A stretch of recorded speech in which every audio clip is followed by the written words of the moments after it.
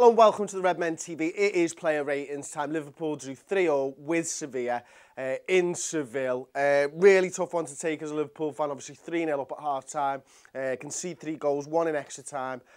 Absolutely, you know, for me, clueless second half. I mean, I've talked about it in my match reaction and stuff, no leadership on the pitch. I am here to rate the players, so I'm going to get into that, and then we'll get into some of your comments and stuff and talk about a few of them, whether you would agree or disagree. But you can start by leaving me your player ratings in the comment section right now, and I'll start going through them as we go along. You know what, I've had a little think about this. You know, we've been off air now for about 10 minutes or something since my match reaction, and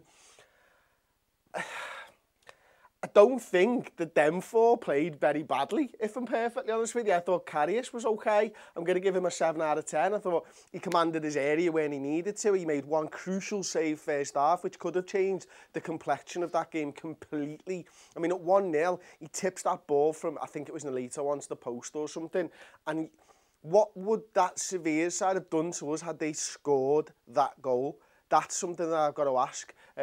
So for me, he didn't have a bad game. I don't think he had anything to do with any of the goals or anything like that. It's probably one of his better games as a Liverpool goalkeeper, as I say.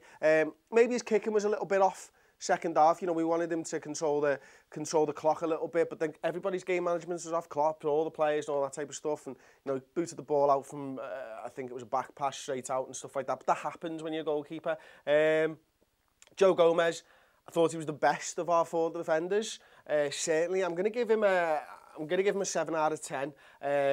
Now, if you'd have asked me what he was like first half, I think he'd be much higher. But you know what? I could have actually given 2 lots of player ratings, but what does that do? So I'm going to give him a 7 out of 10, and they're probably a little bit low, but you know what? That's just the way it is. We've conceded 3 goals, and he was part of that back 4. Dejan Lovren.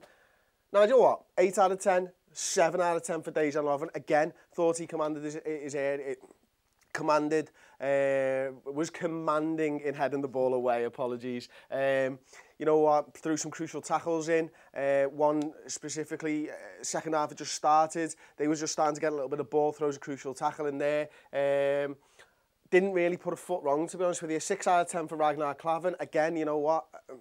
I didn't think he had a bad game. There was a couple of times when he was drawn out of position that I wasn't particularly happy with, but I think one of them was down to Alberto Moreno doing something down the pitch, to be perfectly honest with you. Alberto Moreno, for me, was the worst player on the pitch tonight. I'm going to give him a 3 out of 10, which you'll know because you've seen the title of the video.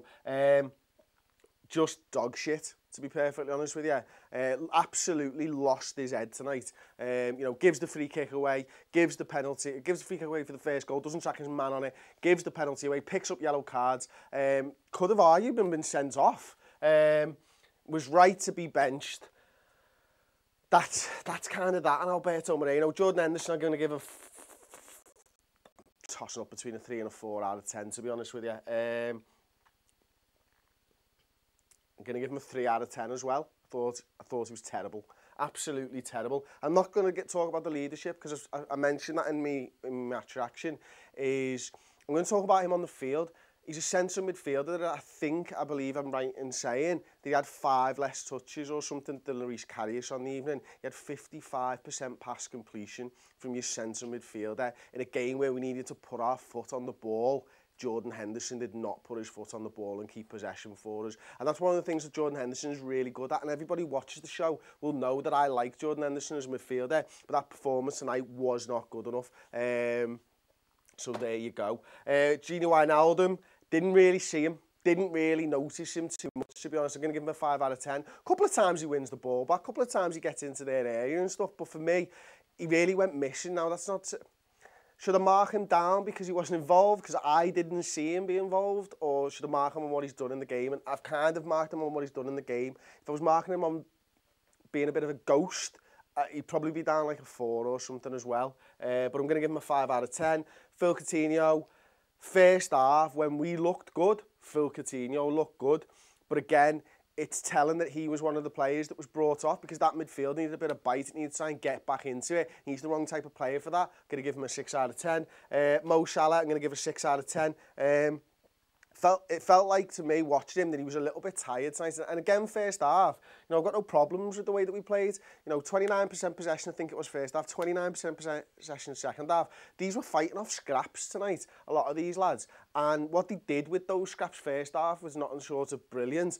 But equally, when they were asked and tasked to come back and help the team defend, they didn't really do that job very well. And that's kind of what I'm marking him on as well. So 6 out of 10 for him. Sadio Mane, 7 out of 10, I thought of those three players, he was certainly the best. You know, he breaks through from Moreno's through ball onto goal. He gets a goal himself with that feathered header. And Roberto Firmino, I'm going to give it an 8 out of 10. And for me, it's a toss-up between Joe Gomez and Roberto Firmino for Liverpool's man of the match. I do give it to Joe Gomez, though, because I think he had a lot more to do. Roberto Firmino was absolutely fantastic first half. And second half, he was still fighting for everything, still trying to win the ball back.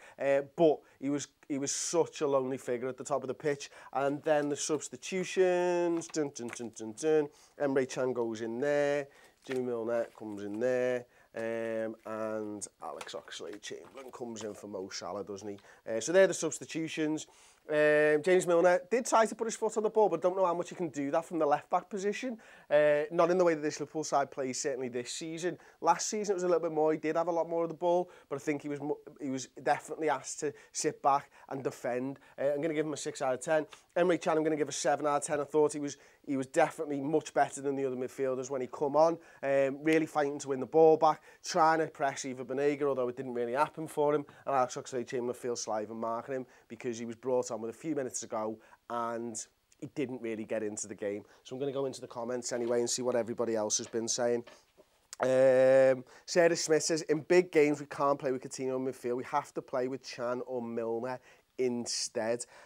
I don't know whether I agree with you on that one, Sarah. I do think, certainly, that you can have a guy there who can put his foot on the ball. You can have a guy there who is a good passer of the ball. Now, he's not as defensive-minded as maybe another attacking midfielder that we've got coming back in Adam Lallana. I do think he would have been a potentially better fit, but Coutinho's a game changer, and I would still have him in those big games. But it obviously relies on these two doing their jobs as well. Hindsight's a wonderful thing, isn't it? You know, in that game, it seems like second half we shouldn't have had Phil Coutinho, but there we go. Emre Can 7, Milner 6, Chamberlain 5. Didn't have enough time, says Michael Garner. That's cool. I'm going to try and find some of the other player ratings from earlier on that people have given. Tom, have you found anything for me, mate? Some at the top, definitely. Yeah, not that one. Wow. No, it's deleted. There's some mad one. Kieran Reed said, Hendo's a mid-table player, simple as, same as our defenders. Saman Sadeghi said, Nzonzi for Fabinho is needed. I would make Lallana captain. He's actually decent and like Hendo, Kieran Reed. That's actually an interesting shout. I like the shout for Lallana as captain. There's a guy who does lead, but he leads by example, doesn't he? And you can see the work rate that Lallana puts in when he's on the field. Let's hope that, you know what, he comes back and he's just as good as he was before he went. Mark Mean, can we get a hat-trick of shout-outs from me, Chris? I was more upset when I thought of last time this happened. Oh, man. There you go, there's your shout-out. Carrier 7 for that save, big save at 1-0. All 7 first half, minus 7 second half, says Ray J. We should have sold Hendo to Barca 3 years ago, says Blink. Oh, obviously you like Lallana, Chris. You love the average, says Shaub Davids. He is so not an average footballer. You need to open your eyes and watch the games that he plays seriously. Moreno's a fucking minus 100. Lovin's an 8. Yeah, he was good. Can't wait for Saturday, says Blue Ranger. Bore off. What the fuck did Klopp say at half-time, says Deanne Roberts. I have no idea. Why don't we use Robertson, says the Gamer of Awesomeness. Chris, I've got a question for you. Me? From you? From me. To me? To you. What do you rate Jurgen Klopp? 5. I thought he was poor. But this is the thing, right? I've talked about game management a few times, and I believe this stat is right. Let me get it up, in fact, because I want to get this one exactly right. I saw this just before we went live. I was just checking Twitter, so I've not had time to fact-check this. I wasn't going to bring it up, but it fits in with this. I wanted to fact-check it first. At Nate FC says, 21st time that Klopp's Liverpool have dropped points from a winning position. 5th time, Liverpool have had a 2-0 lead or better in 119 games. 21st time Liverpool have dropped points in 119 games. That, I hope you understand why I wanted to fact check that. Because that's almost damning for Klopp's game management, isn't it? And we've talked about it. He's a motivator. He's a guy who goes out there and puts a lot of trust in his players. And sometimes it's detrimental to him. A lot of times he gets a lot of good from players because he puts his trust in, because he puts that arm around them. But sometimes he just leaves those substitutions just too late because he believes in the person, he believes in the team, and he believes in the system. And sometimes that belief, unfortunately, from that stat and from my own eyes, that's unfounded in some points. Like, there's loads of people there saying he should have made substitutions earlier. He's made a double substitution almost as soon as we've gone 2-0 down. That is pretty decisive, especially for Jurgen Klopp. Personally, think at least one substitution should have been made earlier on. But we're talking about a couple of minutes here, and Klopp knows these players. I'm a fan who talks about it on YouTube. So who am I to second guess Jurgen Klopp? Yeah, you can look at his record and stuff, and I do think his game management it lets him down. I'm not saying it's poor, but it has been. So I am saying it's poor.